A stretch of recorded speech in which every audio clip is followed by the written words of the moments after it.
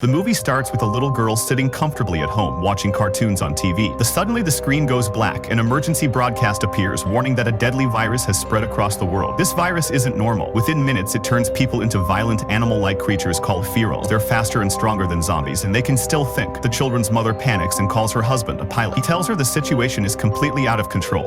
Ferals are spreading everywhere and many cities have already fallen. The area they're in is one of the most dangerous. Before hanging up, the father shows his daughter Abigail the bracelet she made for him. He promises to keep it with him and come back soon. The family rushes outside to escape, but the streets are chaos. Sirens scream, people run, fiercely swarm the area. As they reach the car, a feral attacks their mother. In seconds, she transforms right in front of Abigail's eyes. Terrified, Abigail hides under the car. From underneath, she sees the same feral also infect her brother. Abigail is heartbroken, but she stays silent, knowing that any sound could get her killed. The ferals move on and she thinks she's safe. Suddenly her own mother, now a feral, spots her and charges. A gunshot rings out. The feral drops to the ground. A man named Cassius saves her. He pulls Abigail out from under the car and comforts her. Then he notices Abigail staring at her brother. Her brother is turning into a feral. Cassius tells Abigail to cover her ears and ends her brother's life. In just a few minutes, Abigail loses her entire family. From that moment on, Cassius becomes her protector, teacher, and only family. 10 years later, the world is silent. Most humans are dead or have become ferals. Cities are overrun. Cassius and Abigail survive in the woods. Abigail is no longer a scared child. She's a trained fighter. One day, they spot a man being chased by ferals. Cash gives Abigail a test. He hands her a sniper rifle and tells her to save the man. She takes aim, but in her rush to prove herself, she makes a mistake. Her bullet hits the human instead of the feral. He frees the moment. Cassius is furious. In a world with so few humans left, this mistake is unforgivable.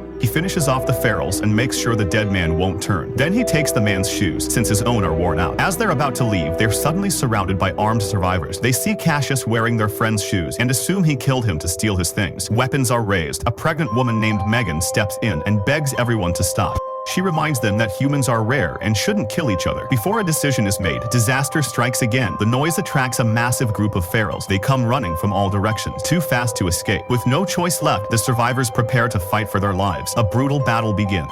The survivors started losing the fight. Even with plenty of weapons, their ammo was almost gone. But the monsters didn't stop. More ferals rushed in, biting people and turning them into monsters. In the end, only Cassius, Abigail, Megan, and her husband David survived. While the ferals were busy infecting everyone else, the four escaped in a car. The newly turned ferals gathered together. Their leader, now a feral too, was furious. He blamed Cassius for everything and wanted revenge. Using his senses, he followed Cassius' scent and chased the car. After driving for a while, Cassius asked where they wanted to go. Megan told him about the colony, also called Boat Town. It was an underwater settlement made from large ships where the last humans lived. It had doctors, power, and safety. Abigail's eyes lit up. She had always dreamed of living with people again. Cassius didn't believe such a place existed. He said he had traveled for years and never seen it. Megan insisted it was real. Cassius agreed to take them there, but he didn't plan to stay. Living around many people still felt dangerous to him. Abigail begged him to at least drop Megan and David off. Reluctantly, he agreed. On the way, their car broke down. David tried to fix it, but without tools, he failed. They had to continue on foot. As they walked, Abigail recognized the area. Nearby was an old airfield where her father once worked. She suggested checking it for a plane. Kashki thought it was impossible after 10 years, but agreed. At the airfield, all the planes were gone, but inside a garage, they found a small, old plane. David said he could fix it. While David worked, they kept watch. Soon they spotted a large group of ferals running toward them. They had only minutes. Abigail climbed into the pilot's seat and remembered everything her father taught her. Just as the ferals broke through the fence, the engine started. The plane raced down the runway. The ferals were so fast, they damaged the wings trying to grab it. One tried to pull Cassius out, but he shot it. The plane finally took off. Everyone felt relief, but it didn't last long. The old engine began smoking and soon failing. The plane lost control.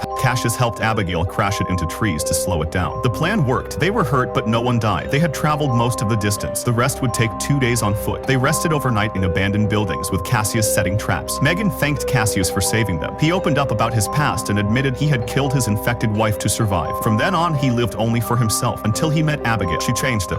The next day, they found a clean farmhouse with electricity. A voice told them to drop their weapons. They obeyed and went inside. The owner was a scientist who welcomed them and served a real meal. They cried while eating. It was the best food they'd had in 10 years. After dinner, the scientist revealed his true beliefs. He said the virus was evolution. The weak died, the strong became ferals. Humans should disappear. They suddenly felt dizzy. He had drugged them.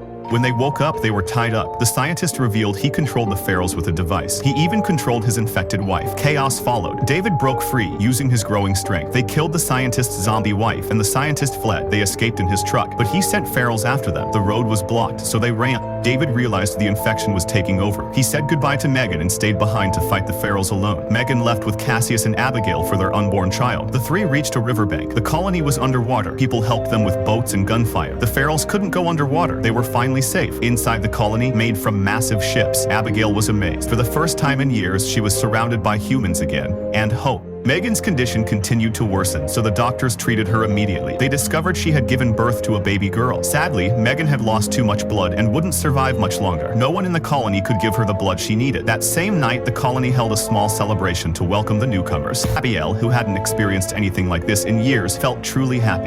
But Cassius warned her they couldn't stay. Abigail refused, and the two got into an argument. While wandering alone, Abigail discovered a hidden room. It was filled with explosives and a large remote control. Before she could touch it, a boy stopped her. He explained their last resort plan. If the pharaohs ever attacked, everyone would escape through an underground tunnel, then blow up the colony to kill the zombies. But the boy didn't know the plan would be needed right away. The mad scientist had already arrived with a massive group of pharaohs using his control device. He had teamed up with Alpha, the powerful pharaoh leader who wanted revenge on Cassius. Once Alpha was controlled, all the pharaohs followed him. When Alpha jumped into the water, the others followed. They no longer feared water. Alarms echoed throughout the colony. People ran toward the escape tunnel as chaos broke out. Pharaohs attacked humans inside the colony. Cassius searched desperately for Abigail and found her, but they were far from the tunnel. During the chaos, Cassius confronted the scientist.